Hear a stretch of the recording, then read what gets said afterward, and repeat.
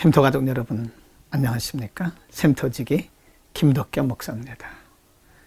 오늘은 창세기 23장 1절에서 20절을 본문으로 말씀을 상고하겠습니다.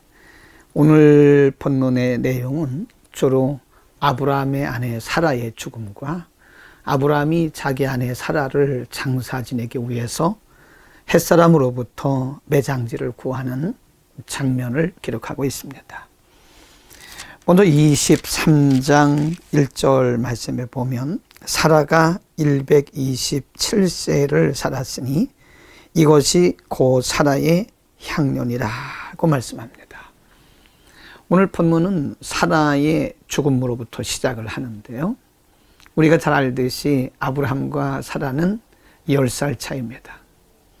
사라는 자기 남편 아브라함보다 10살이나 적었는데 아브라함보다 먼저 부름을 받습니다. 성경은 사라의 죽음에 대해서 기록함으로써 우리에게 무엇을 가르쳐 줄까요? 첫째로 인간의 죽음은 날 때와는 다르다는 것입니다. 우리가 태어날 때는 순서대로 옵니다. 그러나 하나님의 부르심을 받는 것은 순서가 없다고 하는 것입니다. 오늘 우리에게 주어진 시간에 우리는 최선을 다해야 됩니다. 하나님께서 언제 우리를 부르시는지 부름받는 시간은 아무도 모릅니다. 그래서 오늘이라고 하는 시간에 최선을 다해서 하나님을 섬기고 오늘이라는 시간을 허비하거나 낭비해서는 안 되는 것입니다. 사라의 죽음을 통해서 우리에게 주신 영적 교훈이 또 하나 있습니다.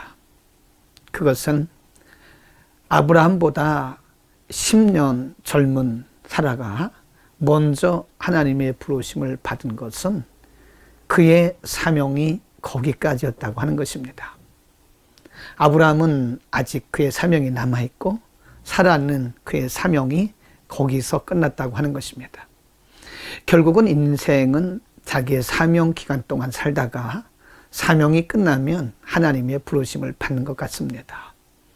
오늘 우리에게 주신 하나님의 사명이 무엇인지를 우리는 잘 깨닫고 내가 이 땅에 있는 동안 하나님의 사명 때문에 살고 있음을 깨닫고 우리가 사명에 충실한 우리 인생 되기를 축복합니다. 2절 이하에서는 이제 아브라함이 자기 아내 사라의 매장지를 찾는 장면을 쭉 기록을 하고 있습니다. 3절에 보면 그 시체 앞에서 일어나 나가서 헷족속에게로 가서 말하되 나는 당신들 중에 나그네요 우고한 자니 청컨대 당신들 중에서 내게 매장지를 주어 소유를 삼아 나로 내 죽은 자를 내어 장사하게 하시오라고 말을 합니다. 헷족속은 하나님을 알지 못하는 이방인입니다. 아브라함은 선지자입니다. 하나님의 종입니다. 그러나 아브라함이 헷족속들에게 말하는 그 모습을 보면 매우 겸손하고 예의를 갖춘 것을 볼 수 있습니다.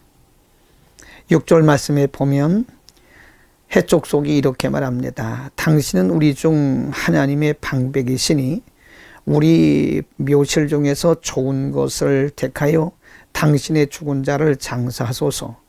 우리 중에서 자기 묘실에 당신의 죽은 자 장사함을 금할 자가 없으리이다 라고 일단 허락을 받습니다. 그러나 7절에 보면 아브라함이 일어나 그 땅 거민 헷족속을 향하여 몸을 굽히고 8절 그들에게 말하여 가로되 나로 나의 죽은 자를 내어 장사하게 하는 일이 당신들의 뜻일진데 내 말을 듣고 나를 위하여 소할의 아들 에그론에게 구하여 라고 말하고요. 그 다음에 또 쭉 내려가 보면 12절 말씀에 아브라함이 이에 그 땅 백성을 대하여 몸을 굽히고 라고 말합니다. 아브라함은 하나님의 종이요 선지자였습니다. 그리고 헷족속은 이방인입니다. 그들은 하나님을 모르는 사람들이었습니다. 그럼에도 불구하고 아브라함이 그들에게 정중하게 이해를 갖추는 것을 보면 여러분 이것이 크리스찬의 모습이 아닐까요?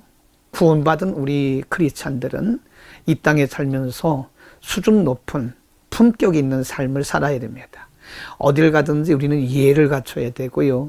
예의 바른 정중한 모습으로 우리의 상대가 누구든 간에 우리는 하나님을 모시고 사는 사람들이기 때문에 품격 있는 삶을 살아야 됩니다. 오늘도 우리가 어디서 거하든지 품격 있고 품위 있는 삶을 통해서 크리스찬이 아닌 자들에게 크리스찬의 아름다운 모습을 통해서 복음의 영향력을 끼치는 하루가 되기를 바랍니다. 그 다음에 400세겔을 주었다라고 말씀합니다.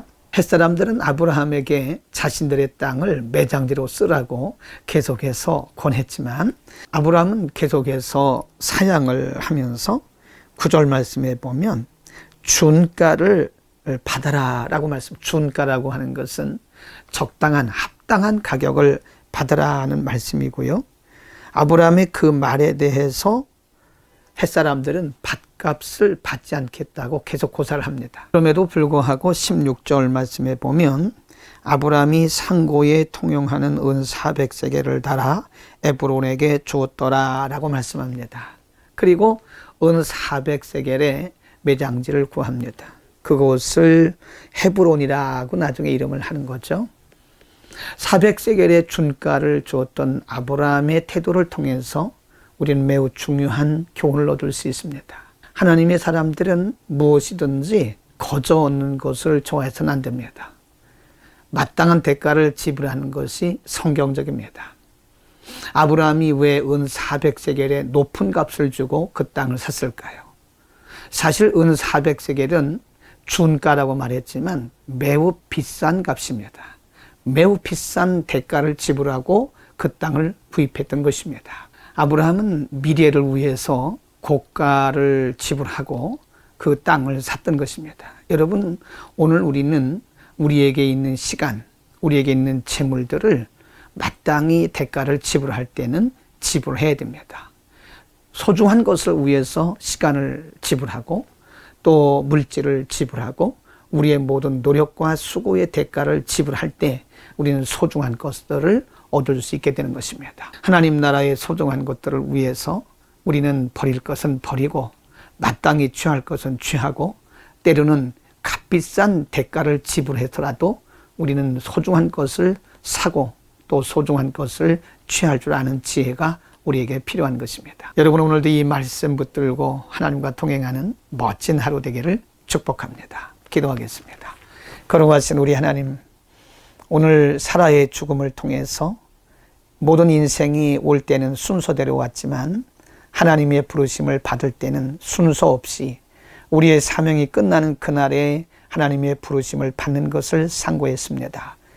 우리가 이 땅에 살아있는 동안 오늘이라고 주어진 귀한 선물의 시간 동안에 우리에게 맡겨주신 귀한 사명들을 잘 감당할 수 있도록 하나님 우리에게 은혜를 더하시고 아브라함이 햇사람들에게 정중하게 대하고 예의 바르게 대했던 것처럼 믿지 않는 자에게라도 우리가 정중하게 대함으로 품위 있는 크리스찬의 모습을 보여 복음의 영향력을 드러내게 하옵소서. 예수 그리스도의 이름으로 기도합니다. 아멘.